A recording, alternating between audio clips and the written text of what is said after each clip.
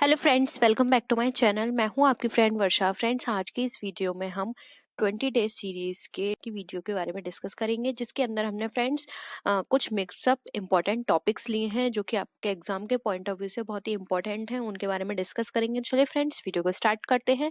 लेकिन वीडियो को स्टार्ट करने से पहले प्लीज मेरे चैनल को सब्सक्राइब कर लीजिए, और अगर आपने चैनल को सब्सक्राइब कर लिया है तो इस वीडियो को लाइक कीजिए और अपने फ्रेंड्स के साथ शेयर कीजिए। तो चलिए फ्रेंड्स, वीडियो को स्टार्ट करते हैं। फ्रेंड्स, इसमें हम सबसे पहले डिस्कस करेंगे अकबर के कुछ महत्वपूर्ण कार्य जो कि आपके एग्जाम में बहुत पूछे जाते हैं, जिसमें हमने यहाँ पे टोटल जितने भी उसने कार्य किए हैं और आपके एग्जाम के पॉइंट ऑफ व्यू से इंपॉर्टेंट है, वो सभी हमने यहाँ पे लाइन वाइज इंक्लूड किए हैं। फर्स्ट है 1562 में अकबर ने दास प्रथा का अंत किया। तो ये तो पूछा जाता है कि दास प्रथा का अंत कब किया गया था और किसने किया था। तो आप याद रखिए 1562 में किया गया था और ये अकबर ने किया था। नेक्स्ट है 1562 में ही इन्होंने हरमदल से मुक्ति दिलवाई थी, यानी कि हरमदल थे वहां पर, उनसे मुक्ति दिलवाई थी 1562 के अंदर। 1562 में ही इन्होंने एक और काम किया था, जो कि तीर्थ यात्रा कर जो उस टाइम दिया जाता था उसको इन्होंने समाप्त करवा दिया था। यानी कि जो भी तीर्थ यात्री हैं उनको किसी भी तरह से कोई भी कर देने की जरूरत नहीं है। तो इन्होंने 1562 में ही किया था। तो 1562 में इन्होंने 3 इंपॉर्टेंट कार्य किए थे, आपको ये याद रखना है। नेक्स्ट है 2 साल बाद 1564 में इन्होंने जजिया कर समाप्त कर दिया था। तो फ्रेंड्स, आपको बताना है ये जो जजिया कर है ये किसने लगवाया था। अगर आपने मेरी दिल्ली सल्तनत की वीडियो देखी है तो आप जरूर बता सकते हैं, क्योंकि उसके अंदर ही मैंने डिस्कस किया है, और साथ ही साथ एक प्रैक्टिस सेट था उसके अंदर भी मैंने डिस्कस किया था कि जजिया कर किसने लगवाया। तो आपको कमेंट करके बताना है कि जजिया कर किसने लगवाया था, और इसको हटाया था अकबर ने 1564 ईस्वी में। नेक्स्ट है 1571 ईस्वी में इन्होंने फतेहपुर सीकरी की स्थापना करवाई थी, और इन्होंने राजधानी आगरा से फतेहपुर सीकरी स्थानांतरण करवाई थी। यानी कि पहले जो राजधानी थी वो थी आगरा, उससे इन्होंने अपनी राजधानी फतेहपुर सीकरी को स्थानांतरित करवा दिया। बाद में इन्होंने अपनी राजधानी कौन बनाई? फतेहपुर सीकरी। ठीक है। और फतेहपुर सीकरी की स्थापना भी अकबर ने करवाई थी 1571 ईस्वी में, जहां पर आप देखेंगे कि वहां पे जोधा भाई का मकबरा है, और वहां पे मरियम अकबरा भी है फतेहपुर सीकरी के अंदर ही। तो आपको ये पता होना चाहिए, क्योंकि ये भी आपके एग्जाम में पूछा जा सकता है। नेक्स्ट है 1575 ईस्वी में इन्होंने इबादत खाने की स्थापना की थी। तो आप इसको याद रखिए, इबादत खाने की स्थापना इन्होंने कब की थी, तो वो था 1575। नेक्स्ट है 1578 के अंदर इन्होंने इबादत खाने में सभी धर्मों के लोगों के प्रवेश की अनुमति दे दी। यानी कि इन्होंने कहा कि इबादत खाने में किसी भी धर्म के लोग हों वो वहां पर आके अपनी इबादत कर सकते हैं। तो इन्होंने सभी धर्मों के लोगों को उसमें प्रवेश की अनुमति दे दी। नेक्स्ट है 1579 ईस्वी के अंदर मजहर की इन्होंने घोषणा की थी। ठीक है। नेक्स्ट है 1582 ईस्वी में। फ्रेंड्स, ये बहुत ही इंपॉर्टेंट है, दीन इलाही। ये बहुत पूछा जाता है कि दीन इलाही की स्थापना कब हुई थी, तो ये हुई थी 1582 ईस्वी में, और इसकी स्थापना करवाई थी अकबर ने। नेक्स्ट है 1583 में इलाही संवत की शुरुआत हुई। तो ये पूछा जा सकता है कि इलाही संवत की शुरुआत कब हुई थी, तो ये हुई थी 1583 ईस्वी के अंदर, और ये करवाई थी अकबर ने। ठीक है। तो ये थे अकबर से रिलेटेड कुछ इंपॉर्टेंट कार्य। अब हम बात करते हैं सिख धर्मगुरु और उनके कार्यों की, क्योंकि सिखों के धर्मगुरु के बारे में भी बहुत सारे क्वेश्चंस आपके एग्जाम में पूछे जाते हैं। तो हम बात करेंगे आज इसके बारे में। फर्स्ट है गुरु नानक देव जी। तो फ्रेंड्स, गुरु नानक देव जी ने सिख धर्म की स्थापना की थी, और इन्होंने आदि ग्रंथ की भी स्थापना की थी। ठीक है। तो सिख धर्म की स्थापना और आदि ग्रंथ की स्थापना किसने की? गुरु नानक देव जी ने। नेक्स्ट है गुरु अंगद।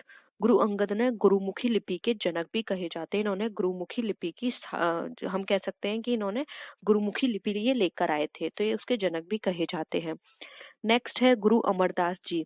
गुरु अमरदास जी ने धर्म प्रसार हेतु 22 गद्दियों की स्थापना करवाई। ठीक है। तो ये पूछा जा सकता है कि 22 गद्दियों की स्थापना किसने करवाई थी, तो वो करवाई थी गुरु अमरदास जी ने। नेक्स्ट है गुरु रामदास। गुरु रामदास ने अमृतसर की स्थापना करवाई थी। ठीक है। नेक्स्ट है गुरु अर्जुन देव। तो फ्रेंड्स, गुरु अर्जुन देव ने श्री हरमंदिर साहिब, जिसको या फिर हम ये बोल सकते हैं स्वर्ण मंदिर की इन्होंने नींव रखी थी। तो ये क्वेश्चन आ सकता है कि स्वर्ण मंदिर की नींव किसने रखी थी, या फिर उसको क्या बोलते हैं, तो वो गुरु अर्जुन देव जी ने रखी थी। और इन्होंने गुरु ग्रंथ साहिब का संकलन भी किया था। ये क्वेश्चन बहुत पूछा जाता है कि गुरु ग्रंथ साहिब का संकलन किसने किया था, तो ये किया था गुरु अर्जुन देव ने। नेक्स्ट क्वेश्चन पे आते हैं। गुरु गोविंद सिंह जी, इन्होंने क्या किया था? तो फ्रेंड्स इन्होंने अकाल तख्त की स्थापना की थी और साथ ही साथ में सिखों को सैनिक जाति में इन्होंने बदला था। तो अकाल तख्त की स्थापना गुरु गोविंद सिंह जी ने की और साथ ही साथ सिखों को इन्होंने सैनिक जाति में बदला था। नेक्स्ट है गुरु हर राय। गुरु हर राय ने उत्तराधिकार युद्ध में भाग लिया। ठीक है, मुगलों के साथ जो युद्ध हुआ था उसमें इन्होंने भाग लिया था। नेक्स्ट है गुरु हरकिशन जी। तो फ्रेंड्स गुरु हरकिशन जी ने के बारे में एक इम्पोर्टेंट है इंफॉर्मेशन कि इनकी मृत्यु अल्पवयस्क अवस्था में ही हो गई थी। तो ये पूछा जाता है कि वो सिखों के कौन से गुरु थे जिनकी मृत्यु अल्पवयस्क अवस्था में ही हो गई थी? तो वो थे गुरु हरिकृष्ण जी। नेक्स्ट है गुरु तेग बहादुर। तो फ्रेंड्स ये भी एग्जाम में पूछा जाता है। गुरु तेग बहादुर इसलिए इम्पोर्टेंट है क्योंकि इन्होंने इस्लाम कबूल करने से मना कर दिया था, जिसके कारण औरंगजेब ने इनका सर कटवा दिया था। तो ये इनके लिए बहुत ही इम्पोर्टेंट है ये सारी इंफॉर्मेशंस। नेक्स्ट हम बात करते हैं गुरु गोविंद सिंह की, चूंकि एग्जाम में ये भी बहुत इंपॉर्टेंट है कि गुरु गोविंद सिंह ने खालसा पंथ की स्थापना की थी और ये जो सिखों के धर्म गुरु हैं उनके ये अंतिम गुरु थे, गुरु गोविंद सिंह जी। तो ये तो हो गए सिखों के गुरु एवं उनके कार्यों के बारे में। अब हम बात करते हैं प्रमुख स्थानों के भौगोलिक उपनाम के बारे में, क्योंकि कौन कौन से प्रमुख स्थान और उनके भौगोलिक नाम हैं। तो फ्रेंड्स अगर हम बात करें तो सफेद हाथियों का देश कहा जाता है लाओस को। ये बहुत पूछा जाता है कि सफेद हाथियों का देश कौन सा है, तो वो है लाओस। नील नदी की देन कहा जाता है मिस्र को। जी आपके बीएड एंट्रेंस एग्जाम में इसमें से 2 से 3 क्वेश्चंस आते हैं इस तरह के, तो आप इसको बहुत अच्छे से करिएगा। मैंने सारे इंपॉर्टेंट ही यहाँ पे इंक्लूड किए हैं। नेक्स्ट है चीनी का कटोरा। तो फ्रेंड चीनी का कटोरा कहा जाता है क्यूबा को। नेक्स्ट है कंगारुओं का देश। तो फ्रेंड्स कंगारुओं का देश कहा जाता है ऑस्ट्रेलिया को। तो आप इसलिए भी याद कर सकते हैं कि ऑस्ट्रेलिया टीम जब क्रिकेट मैच में आती है तो क्या कहते हैं, कंगारुओं की टीम आ गई। ठीक है, तो कंगारुओं का देश कौन सा है, ऑस्ट्रेलिया। नेक्स्ट है पूर्व का मोती। तो फ्रेंड्स पूर्व का मोती कहा जाता है सिंगापुर को। नेक्स्ट आते हैं हजार झीलों का देश। तो फ्रेंड्स हजार झीलों का देश कहा जाता है फिनलैंड, क्योंकि यहाँ पे बहुत सारी झील हैं इसलिए इसको हजार झीलों का देश कहा जाता है।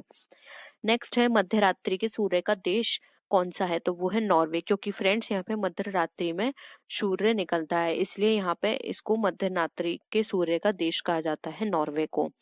नेक्स्ट है भूमध्य सागर की कुंजी। तो फ्रेंड्स भूमध्य सागर की कुंजी कहा जाता है जिब्राल्टर को। नेक्स्ट है संसार का रोटी भंडार। तो फ्रेंड्स संसार का रोटी भंडार कहा जाता है उत्तरी अमेरिका का पेरिज मैदान, जो कि बहुत ही है यहाँ पे। अगर हम प्रोडक्शन की बात करें तो यहाँ पे बहुत होता है पेरिज मैदान में, तो इसलिए इसको संसार का रोटी भंडार भी कहा जाता है। नेक्स्ट आते हैं यूरोप का मरीज। तो फ्रेंड्स अगर हम यूरोप के मरीज की बात करें तो वो है हमारा तुर्की। नेक्स्ट है सूर्योदय का देश। तो सूर्य को देश कहा जाता है जापान, क्योंकि ये कहा जाता है कि सबसे पहले जो सूर्योदय होता है वो जापान में होता है और जापान से ही दिखाई देता है, तो इसलिए इसे सूर्योदय का देश कहा जाता है। नेक्स्ट है पवित्र भूमि। तो फ्रेंड्स पवित्र भूमि कहा जाता है यरूशलेम को। नेक्स्ट है चीन का शोक। तो फ्रेंड्स चीन का शोक कहा जाता है हुआंगहो नदी को। नेक्स्ट है 7 पर्वतों का नगर। तो फ्रेंड्स 7 पर्वतों का नगर कहा जाता है रोम को।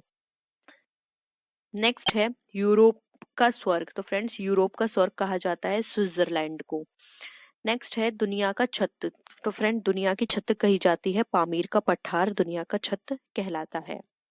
पिरामिड का देश। तो वो है मिस्र, क्योंकि यहाँ का जो पिरामिड है वो बहुत फेमस है इसलिए इसे पिरामिड का देश भी कहा जाता है। नेक्स्ट है निषिद्ध नहर। तो फ्रेंड्स निषिद्ध नहर कही जाता है लहासा को। Empire city. तो फ्रेंड्स एम्पायर सिटी इंपॉर्टेंट है न्यूयॉर्क के लिए। नेक्स्ट है लौंग का द्वीप। तो फ्रेंड्स लौंग का द्वीप कहा जाता है जंजीबार को।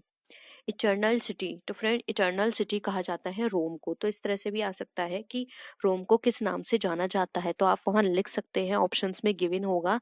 तो रोम को बोला जाता है इटर्नल सिटी के नाम से भी। ठीक है, एड्रियाटिक की रानी किसे कहा जाता है, तो फ्रेंड्स एड्रियाटिक की रानी कहा जाता है वेनिस को। तो फ्रेंड पूर्ण तथ्यों के बारे में बात करेंगे जो कि आपके एग्जाम में पूछे जाते हैं।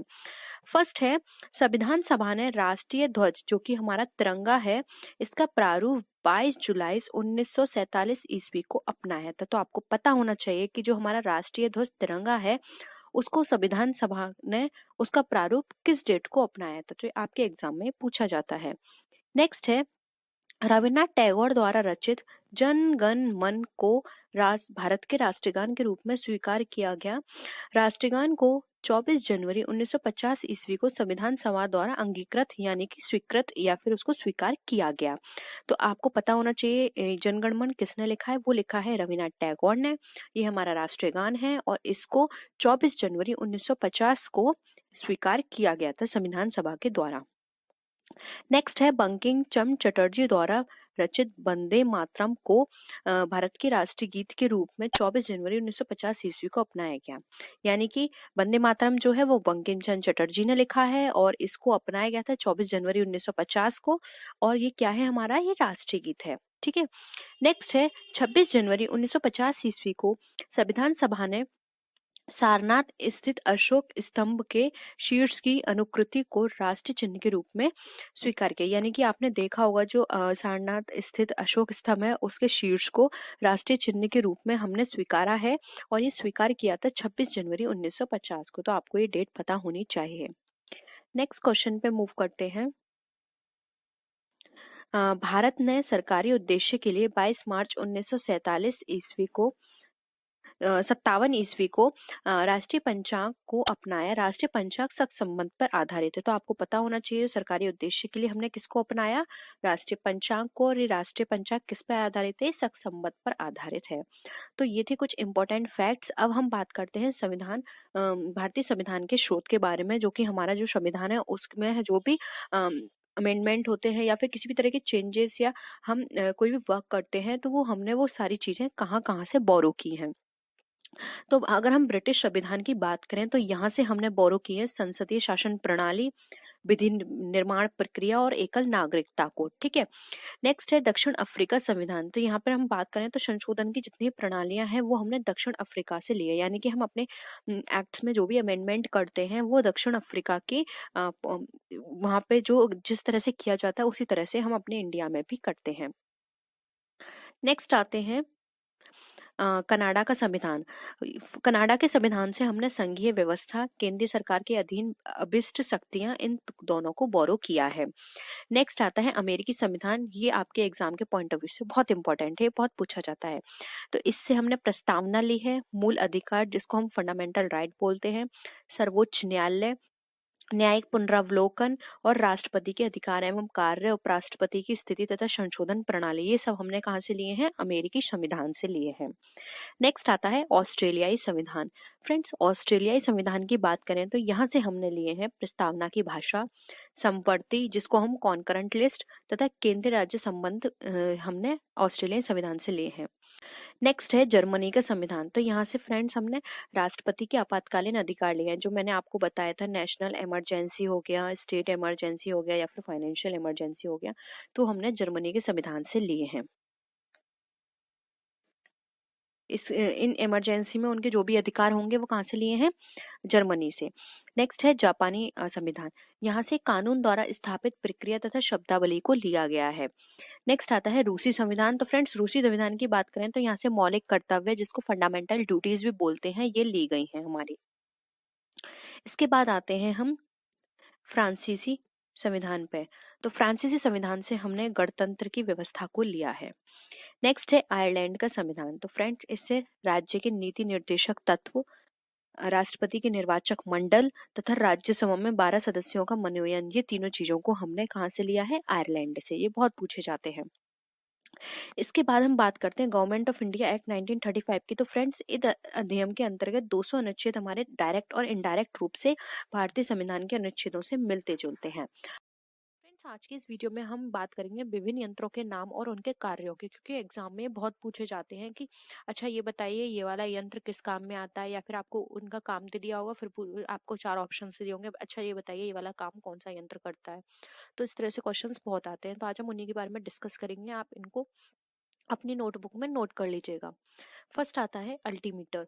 फ्रेंड्स, अल्टीमीटर जो होता है यह ऊंचाई मापक यंत्र कहलाता है और इसका उपयोग किया जाता है जब विमान की ऊंचाई नापने के लिए कि विमान कितनी ऊंचाई पर है।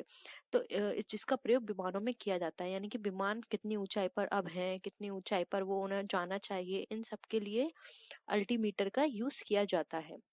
नेक्स्ट आता है एनीमोमीटर। फ्रेंड्स, एनीमोमीटर यूज किया जाता है वायु के वेग तथा गति को मापने के लिए कि वायु की इस टाइम गति क्या है या फिर वो किस वेग से चल रही है। तो ये वायु की दिशा भी बताता है साथ में। तो ये कौन हो गया? एनीमोमीटर। नेक्स्ट आता है ऑडियोमीटर।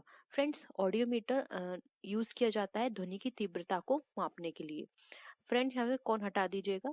ध्वनि की तीव्रता को मापने के लिए ऑडियोमीटर का यूज किया जाता है। ऑडियोमीटर सिंपल है फ्रेंड्स, नाम से ही पता चल रहा है।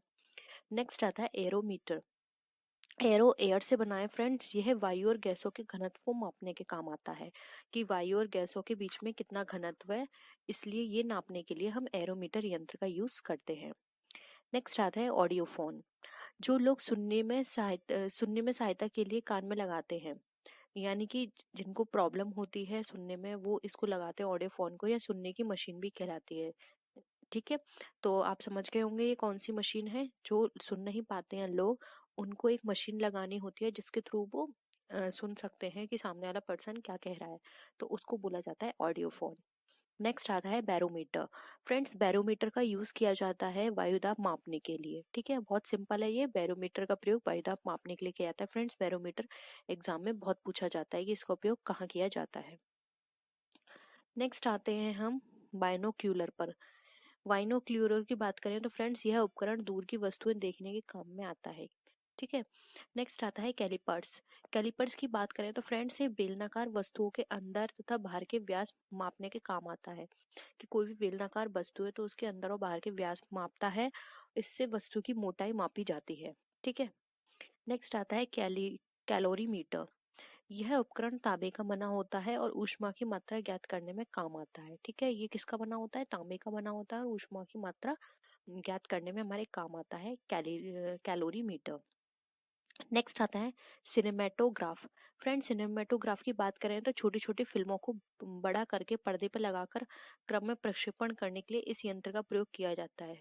ठीक है, जो छोटी छोटी फिल्में होती हैं उसको पर्दे पर उतारना, सिनेमेटोग्राफ का यूज वहां किया जाता है। नेक्स्ट है फैदोमीटर। फैदोमीटर की बात करें तो फ्रेंड्स, ये समुद्र की गहराई नापने के काम आता है कि समुद्र की यहाँ पे गहराई कितनी है। आपने देखा होगा किसी भी आप ऐसी जगह पर जाते हैं तो वहां पे पास में ही कोई मेजरमेंट दिया होता है, वहां पे लिखा होता है कि इतनी इसकी गहराई है। तो ये गहराई किससे मापी जाती है? ये मापी जाती है फैदोमीटर से। नेक्स्ट आते हैं गायरोस्कोप। गायरोस्कोप की बात करें तो फ्रेंड्स, यह यंत्र घूमती हुई वस्तुओं की गति प्राप्त ज्ञात करता है। कोई भी वस्तु अगर घूमती है तो ये किस गति से घूम रही है, यह इसको ज्ञात करना गायरोस्कोप का काम है। नेक्स्ट आता है हाइड्रोमीटर।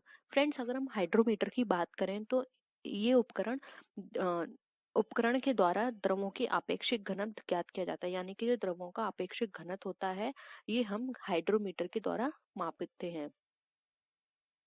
नेक्स्ट आता है हाइग्रोस्कोर। हाइग्रोस्कोर की बात करें तो फ्रेंड्स, ये वायुमंडलीय आर्द्रता में परिवर्तन दिखाने वाला यंत्र है, यानी कि वायुमंडल की आर्द्रता में क्या परिवर्तन हो रहा है वो हाइग्रोस्कोप के द्वारा मापा जाता है। तो आप ये सारी चीजें याद रखिए, एग्जाम्स में पूछी जाती हैं। नेक्स्ट है लैक्टोमीटर। फ्रेंड्स, अगर हम लैक्टोमीटर की बात करें तो दूध की शुद्धता जांच करने वाला यंत्र और दूध का सापेक्षिक घनत्व मापता है, यानी कि दूध की शुद्धता की जांच तो करता ही है, साथ में ये क्या करता है, दूध का आपेक्षिक घनत्व भी मापता है और इसमें पानी की मात्रा का पता चल जाता है। फ्रेंड्स, आपने देखा होगा कभी आपने किसी डेयरी वाले के पास गए होगे तो वो उसके पास एक मशीन होती है व्हील टाइप की।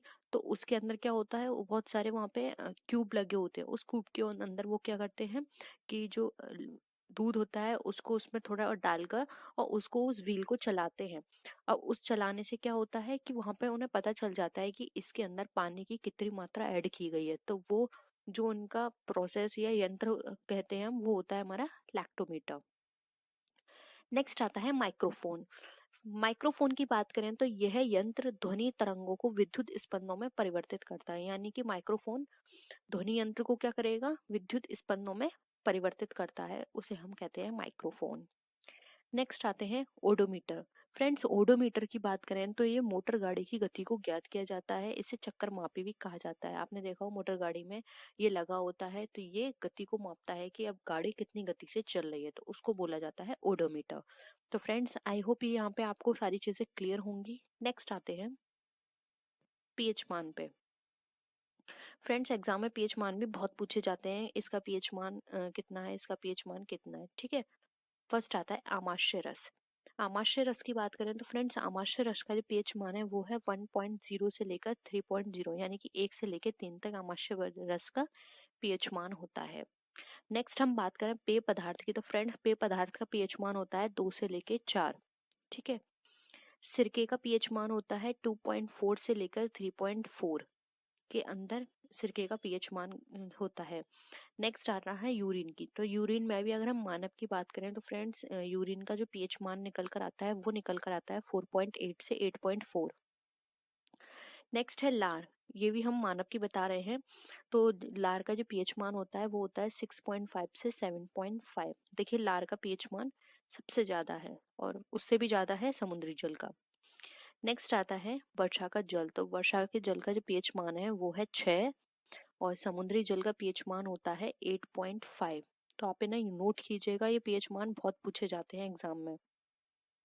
गाय का दूध का पीएच मान होता है 6.3 से 6.6 के बीच में, और रक्त होता है इसका पीएच मान होता है 7.36। तो फ्रेंड्स रक्त का पीएच मान बहुत पूछा जाता है, तो आप इसको याद रखिएगा, ये आपके लिए मोस्ट इम्पोर्टेंट है रक्त का। तो ये तो हो गए फ्रेंड्स पीएच मान। अब हम बात करते हैं प्रमुख तत्व और उनके उपयोग की, यानी कि कौन से तत्व का उपयोग कहाँ किया जाता है, ये आपके एग्जाम में पूछे जाते हैं। सोडियम, सोडियम का उपयोग किया जाता है जो सड़क पर रोशनी के लिए प्रयुक्त पीले लैंपों में, यानी कि आपने देखा होगा गाड़ी में कोई भी गाड़ी हो उसमें येलो कलर की लाइट भी होती है, तो फ्रेंड्स वहां पे ये येलो कलर की लाइट होती है वो सोडियम की बनी होती है, ठीक है। पीले लैंपों में किया जाता है सड़क पर रोशनी देने के लिए। नेक्स्ट है तांबा।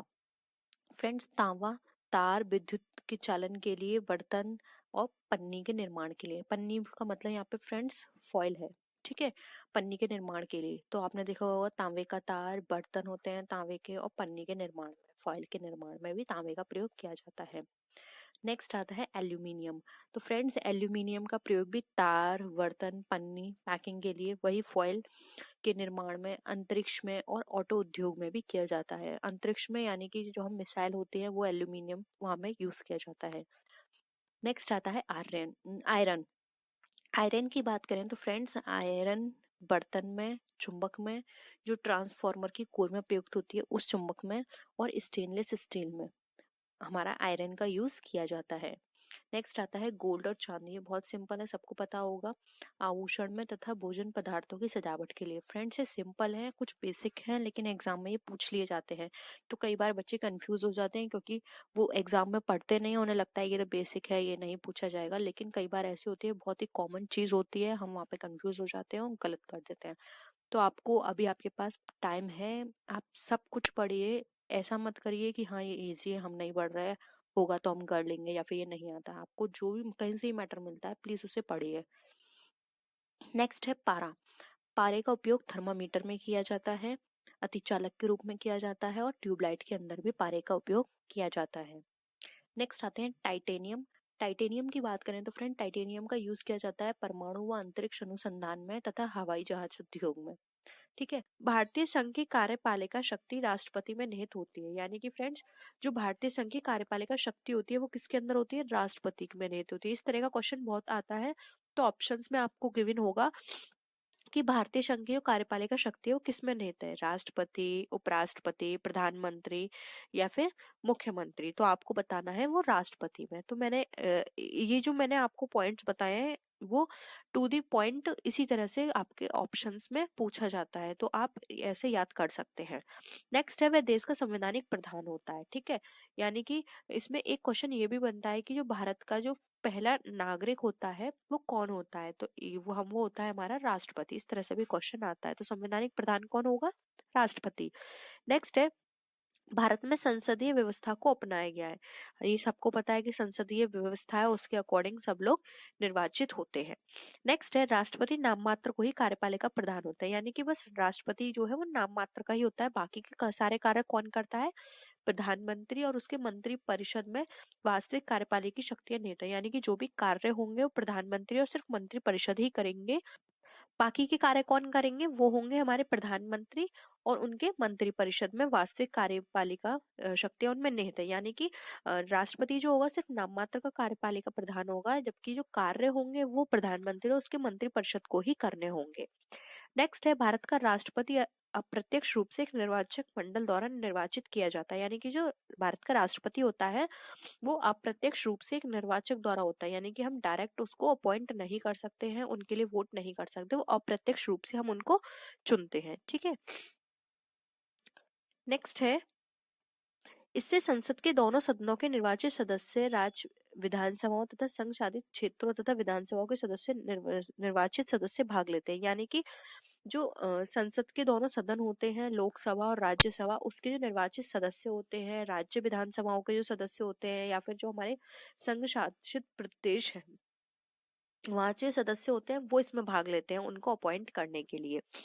नेक्स्ट है, राष्ट्रपति के निर्वाचक मंडल में सदस्य संसद के मनोनीत सदस्य, राज्य विधानसभाओं के मनोनीत सदस्य तथा राज्य विधानसभाओं के सदस्य शामिल नहीं किए जाते। ये नोट कर लीजिए, जो भी मनोनीत सदस्य होते हैं संसद के, विधानसभाओं के या फिर राज्य विधानसभाओं के, उन लोगों को इसमें शामिल नहीं किया जाता है। जो हमारे राज्य विधानसभाओं, संसाधित प्रदेशों और विधानसभाओं के निर्वाचित सदस्य होते हैं, सिर्फ वही लोग शामिल किए जाते हैं जब राष्ट्रपति का चुनाव होता है। नेक्स्ट है, राष्ट्रपति के चुनाव के लिए आनुपातिक प्रतिनिधित्व की एकल संक्रमणीय प्रणाली को अपनाया गया। यानी कि आनुपातिक तौर पे ये देखा जाता है कि कितने % वोट पड़े हैं, उसके हिसाब से राष्ट्रपति का चुनाव किया जाता है। नेक्स्ट है, राष्ट्रपति के चुनाव से संबंधित विवादों की छानबीन तथा निर्णय सर्वोच्च न्यायालय द्वारा किया जाता है। यानी कि किसी भी तरह का ऐसा लगता है कि राष्ट्रपति इस विवाद में है, संलग्न है, या फिर राष्ट्रपति ने ये गलत काम किया है, या फिर ये इस वाले केस में इन्वॉल्व है, तो इस तरह की कोई भी छानबीन होती है तो वो सर्वोच्च न्यायालय करता है। ठीक है। यानी कि किसी भी तरह का अगर कोई डाउट है राष्ट्रपति के ऊपर तो वो सर्वोच्च न्यायालय द्वारा ही किया जाएगा, इसमें हाई कोर्ट का कोई भी रोल नहीं होगा। ठीक है। नेक्स्ट है, राष्ट्रपति का कार्यकाल कितना होता है? 5 वर्ष का। तो ये भी क्वेश्चन पूछा जाता है कि उसका उनका कार्यकाल कितना होता है। तो जो राष्ट्रपति होते हैं उनका जो कार्यकाल होता है वो 5 वर्ष के लिए होता है। 5 वर्ष के बाद फिर से ये होता है इनका निर्वाचन। नेक्स्ट है, भारतीय संविधान के अनुच्छेद 61, यानी कि अनुच्छेद 61 की बात करें तो राष्ट्रपति द्वारा संविधान का उल्लंघन करने पर उनके विरुद्ध महाभियोग चलाकर उसे पदच्युत किया जा सकता है। यानी कि उनको पद से हटाया जा सकता है। ये 61 के अंदर बताया गया है कि राष्ट्रपति द्वारा संविधान का उल्लंघन करने पर, अगर वो संविधान का उल्लंघन करते हैं तो उनके खिलाफ महाभियोग चलाकर उनको पद से हटाया जा सकता है। लेकिन फ्रेंड्स, दोनों सदनों में 2/3 वोट होगा अगर उनके खिलाफ, तभी उन पे महाभियोग चलाया जा सकता है। और उसमें एक और इम्पोर्टेंट बात है कि फ्रेंड्स, जो राष्ट्रपति होगा उनको 14 डेज पहले से बताना होगा कि आप पर महाभियोग चलाया जा रहा है। ठीक है। उनको ये बताना होगा, इन्फॉर्मेशन 14 दिन पहले देनी होगी, तभी आप उनमें महाभियोग चला सकते हो। और दोनों सदनों में 2/3 वोट से पास होना चाहिए, तभी महाभियोग चलाया जा सकता है और फिर महाभियोग चलाकर उनको पद से हटाया जा सकता है। नेक्स्ट है, महाभियोग प्रस्ताव संसद के किसी भी सदन में लाया जा सकता है। तो ये किसी भी सदन में ला सकते हैं, फिर चाहे वो लोकसभा हो राज्यसभा हो। ठीक है। नेक्स्ट है, राष्ट्रपति सशस्त्र सैन्य बलों का प्रधान होता है। यानी कि जो हमारा राष्ट्रपति है वो सशस्त्र सैन्य बल का प्रधान होगा। सशस्त्र सैन्य बल समझते हैं आप? जो हमारी थल सेना है, जल सेना है, वायु सेना है, इन तीनों का प्रधान माना जाता है हमारा राष्ट्रपति। नेक्स्ट है, कार्यपालिका संबंधी शक्तियां। अब देखो, कार्यपालिका संबंधी हमारे राष्ट्रपति पे कौन कौन सी शक्तियां होती हैं। जैसे महत्वपूर्ण अधिकारियों की नियुक्ति करना, जैसे कि CGI हो गया। ठीक है। और जो बड़े बड़े लोग होते हैं उनकी नियुक्ति हमारे राष्ट्रपति द्वारा की जाती है।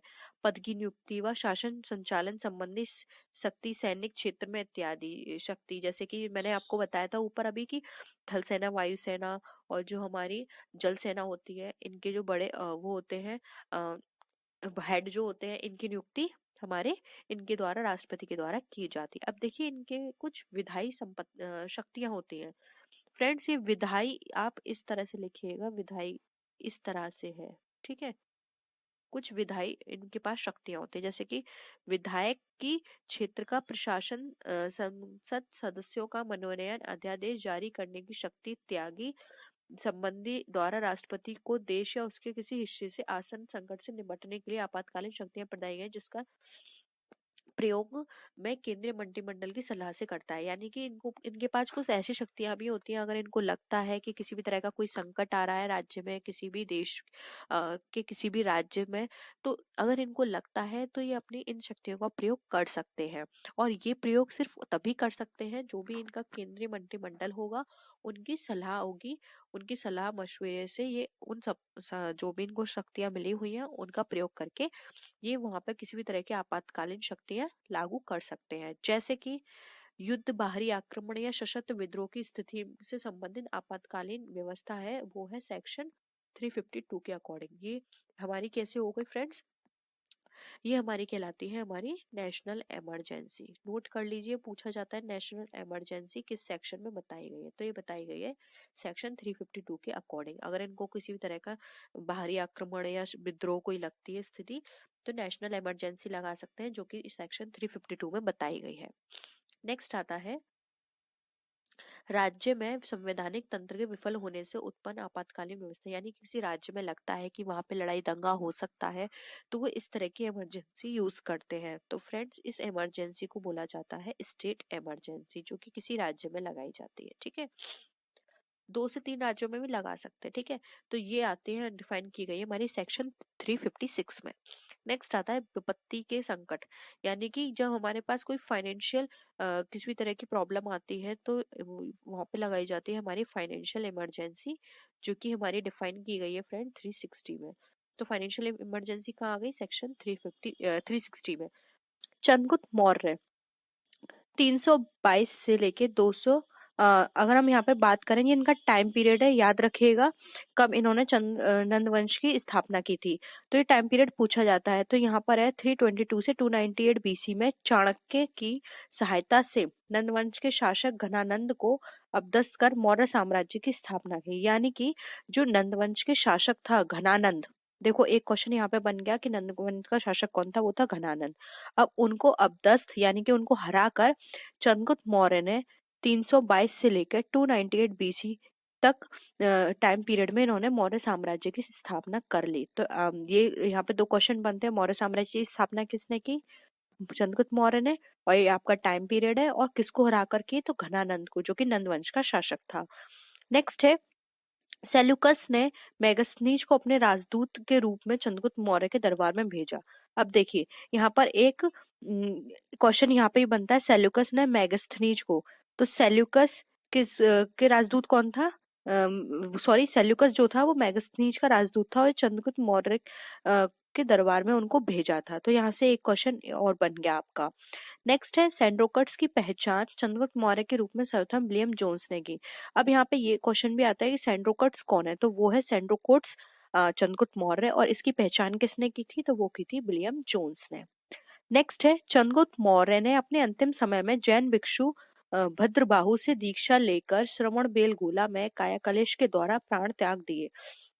दो क्वेश्चन बनते हैं, देखिए फ्रेंड्स, चंद्रगुप्त मौर्य ने अंतिम समय कहाँ बिताया, वो बिताया श्रवण बेलगोला में, और उन्होंने यहाँ पे प्राण त्याग दिए। दूसरा क्वेश्चन है किसके थ्रू उन्होंने जो जैन भिक्षु की दीक्षा ली थी, तो वो ली थी भिक्षु भद्रबाहु से। ठीक है, नेक्स्ट है बिंदुसार 298 से 236 बीसी में बिंदुसार को अमित घात के नाम से भी जाना जाता है।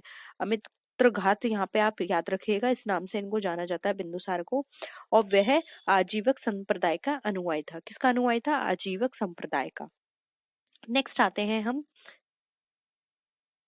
बिंदुसार ने सीरिया के शासक एंटियोकस से अंजीर, मदीना तथा एक दार्शनिक की मांग की। अब ये याद कर सकते हैं बिंदुसार ने किससे मांग की थी, तो वो मांग की थी सीरिया के शासक एंटियोकस से। ठीक है, नेक्स्ट है अशोक 273 से 236 बीसी में अपनी प्रजा के नैतिक उत्थान के लिए प्रतिपादित धम्म के लिए विशेष विख्यात है।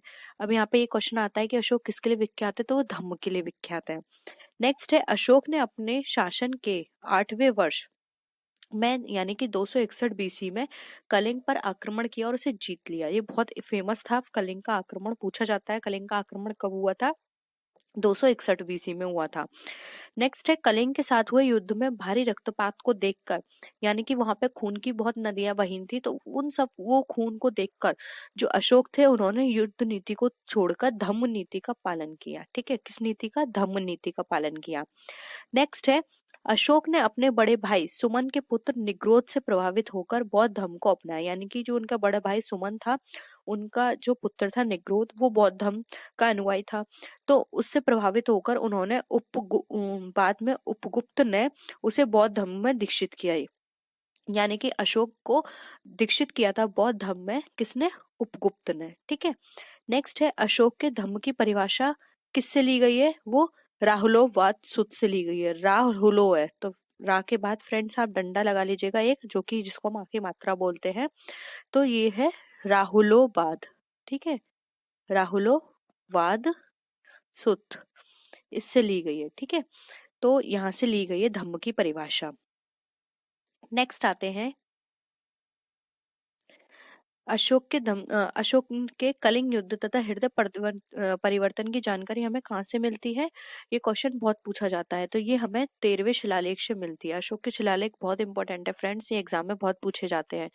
तो आप याद रखिए, जो अशोक के शिलालेख हैं, धम्म की अगर हम जानकारी की बात करें तो वो हमें 13वें शिलालेख से मिली है। नेक्स्ट है, अशोक ने अपने शासकीय एवं राजकीय आदेशों को शिलालेख पर खुदवाकर साम्राज्य के विभिन्न भागों में स्थापित किया। यानी कि जो अशोक है, उन्होंने अपने शासकीय एवं राजकीय आदेशों को शिलालेख पर खुदवाकर साम्राज्य के विभिन्न भागों में इसको स्थापित करवा दिया था, जो कि बहुत फेमस हुए। नेक्स्ट है, यह शिलालेख ब्राह्मणी, खरोष्ठी, अरामाइक तथा ग्रीक भाषा में लिखे हुए हैं। तो ये भी पूछा जाता है किस में लिखे हुए हैं, तो आपको पता होना चाहिए ब्राह्मणी, खरोष्ठी, अरामाइक और ग्रीक भाषा में ये लिखे हुए हैं। नेक्स्ट है, अशोक के शिलालेखों का पता सर्वप्रथम टी फेंथलर। अब ये भी याद रखिए, इसका शिलालेख का पता किसने लगाया? तो वो लगाया था टी फ्लैंथलर ने। लेकिन इसको पढ़ने में सर्वप्रथम सफलता मिली जेम्स प्रिंसेप को। तो ये दो क्वेश्चन बन जाते हैं कि इसका पता किसने लगाया, तो वो थे टी फ्लैंथलर। लेकिन सर्वप्रथम जिसने इनके शिलालेख को पढ़ा था वो थे जेम्स प्रिंसेप। फ्रेंड्स, ये वाला क्वेश्चन बहुत पूछा जाता है, अशोक के शिलालेख को सर्वप्रथम किसने पढ़ा? तो आपको पता होना चाहिए जेम्स प्रिंसेप थे जिन्होंने सर्वप्रथम इनके शिलालेख को पढ़ा। नेक्स्ट है, मौर्य साम्राज्य में उच्च स्तर के अधिकारियों को तीर्थ कहा जाता है। यानी कि जो मौर्य साम्राज्य में जो उच्च स्तर के अधिकारी होते हैं उनको क्या कहते हैं? तीर्थ। जिनकी संख्या कितनी बताई गई है? 18। तो आप ये कुछ चीजें है ना अंडरलाइन करके रखिए कि मौर्य साम्राज्य में जो हमारे उच्च स्तर के अधिकारी होते थे उनको तीर्थ कहते थे और इनकी संख्या 18 बताई गई है।